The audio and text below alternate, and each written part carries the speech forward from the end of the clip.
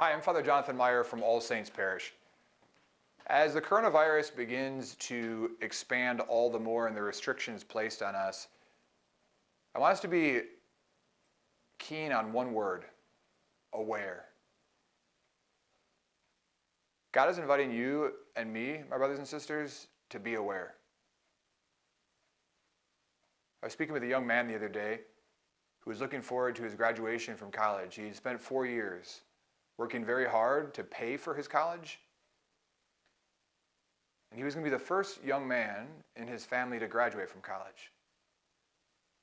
His college has now sent everyone home on e-learning, and there will be no graduation ceremony.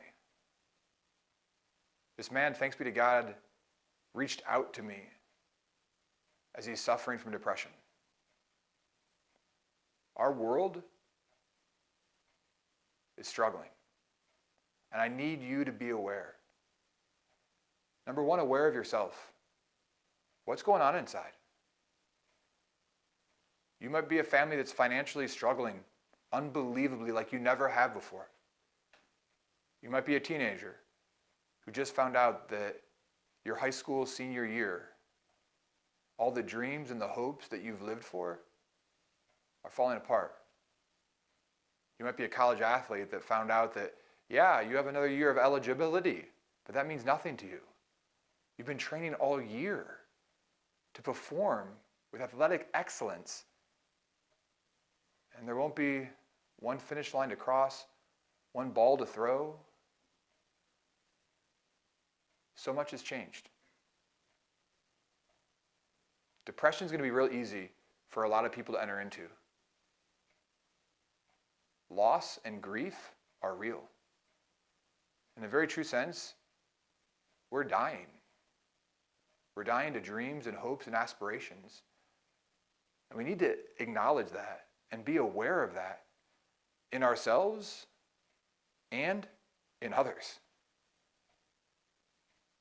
Secondly, I need you to be aware of anxiety. I will ask you again and again to turn off 24-hour news media. It's not needed. I will guarantee you, if something happens, you will know. You don't need to watch 24 hours a day. And for many of you, it will cripple you. It will keep you from being who you're called to be. Moms and dads, you can't love your children if you're crippled with anxiety.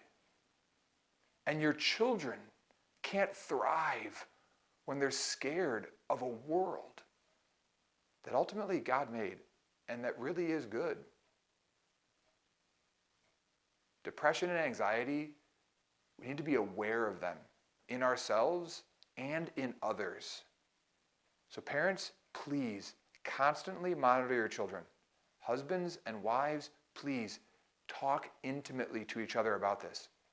Coworkers and friends, this isn't a joke to make fun of someone in the office who's freaking out about the coronavirus. No, that's real.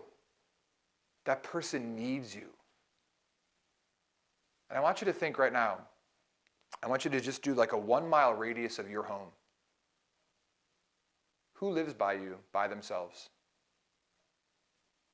Who do you know that lives by you that needs a neighbor?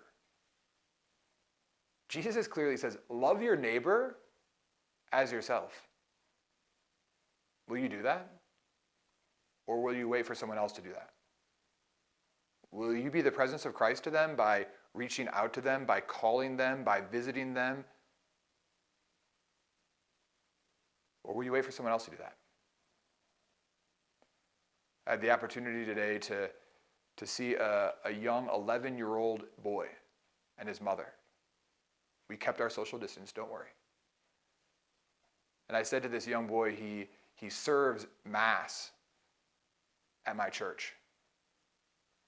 And I said to him, hey, have you thought about possibly reaching out to some of the people that you know in our parish that are readers and sacristans that live by themselves?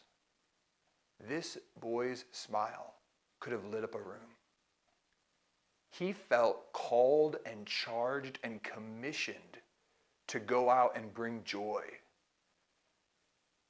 to people who very possibly are living right now in isolation and loneliness. We don't know how long this is going to last. The great thing is we know it's going to pass. It's going to go. But it will take with us a lot of memories and opportunities and hopes and joys that people wanted. I spoke to a senior in high school on the phone today. And he said, "Father, I complained about going to school my whole life, and now it's the only thing I want." My brothers and sisters, we have to be aware of ourselves and aware of what's happening in others. That's what God wants.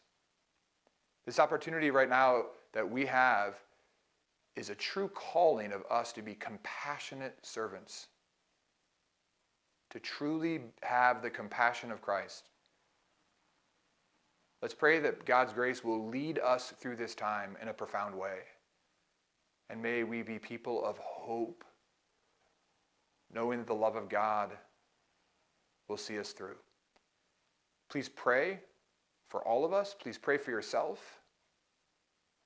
Pray for those who are in isolation that no one will reach out to. Pray for mental health workers. Pray for doctors and nurses who are overwhelmed and tired. May our prayers in our homes, in our sanctuaries that we have built in our homes, in our chapels we've built in our homes, in the shrines we've built in our homes, be constantly filled with prayer. Prayer that we will be aware of depression, aware of loss, aware of anxiety. Through God's grace, may we persevere in this, and through God's grace, may we be the saints that He's calling us to be. Amen.